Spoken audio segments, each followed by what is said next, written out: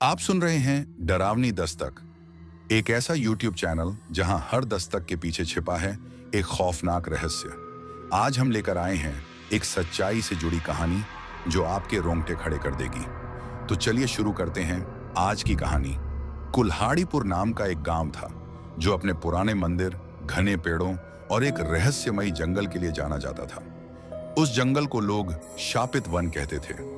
गांव वालों का मानना था कि जो रात को उस जंगल में गया वो कभी लौटकर नहीं आया। लेकिन रीमा को इन बातों पर यकीन नहीं था। वो पढ़ी लिखी और समझदार लड़की थी। उसे अंधविश्वासों पर हंसी आती थी। एक दिन उसकी छोटी बहन लता खेलते खेलते जंगल की सीमा तक पहुंच गई। लौटते वक्त उसका दादी का दिया हुआ हार कहीं गिर गया। वह हार उसकी मां के लिए बहुत कीमती था। रीमा ने तय किया कि वह हार ढूंढने जंगल में जाएगी, और वो भी अकेली। शाम होते होते रीमा ने जंगल के भीतर कदम रखा। एक अजीब सी शांति ने उसे चारों ओर से घेर लिया। पेड़ों के बीच से छनकर आती सूरज की आखिरी किरणें भी जैसे डर के साए में छुप गई थीं। पत्तों की सरसराहट और हवा की सीटी के बीच उसे किसी के कदमों की हल्की आहट सुनाई दी। उसने पीछे मुड़कर देखा, कोई नहीं था। जैसे जैसे वो आगे बढ़ी, उसके दिल की धड़कन तेज होती गई।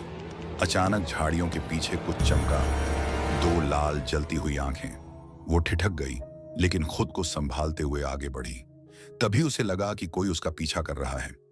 डर ने उसे जकड़ लिया। वो अचानक दौड़ने लगी। पेड़ों की शाखाएं जैसे उसके कपड़ों को पकड़ने की कोशिश कर रही थीं। हवा में किसी औरत की धीमी, कराहती हुई आवाज गूंजने लगी, रुक को। वो बुरी तरह डर चुकी थी।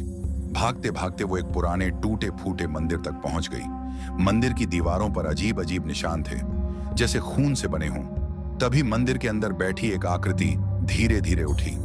उसके बाल उलझे हुए थे, चेहरा राख से भरा, आंखें या शायद आंखों की जगह जलने के निशान थे। वो आकृति रीमा की ओर बढ़ी और बोली, तू मेरे पास क्यों आई बच्ची? रीमा कांपती हुई पीछे हटने लगी, पर जैसे उसके पैर जमीन से चिपक गए थे। तभी एक आवाज आई, रीमा मेरी बच्ची। वो आवाज उसकी मां की थी। रीमा की आंखों में आंसू थे। मां की आवाज उस अंधेरे जंगल में। वो जानती थी कि ये असली नहीं है। वो आकृति फिर बोली, तू हार लेने आई है? तो देख कुछ अपना, कुछ जो तुझे बहुत प्यारा हो। रीमा थरथराते हुए बोली, क्या चाहिए तुम्हें? चुड़ैल ने कहा, एक याद जो तुझे सबसे प्यारी हो। रीमा की आंखों में अपनी बहन लता के साथ बिताया बचपन का एक सुंदर पल तैर गया, जब दोनों एक पेड़ के नीचे झूला झूल रही थीं और जोर जोर से हंस रही थीं। उस पल की गर्माहट, वो मासूमियत, उसने वो याद चुड़ैल को सौंप दी। उसके सामने से वो दृश्य धुएं में बदलकर उड़ गया।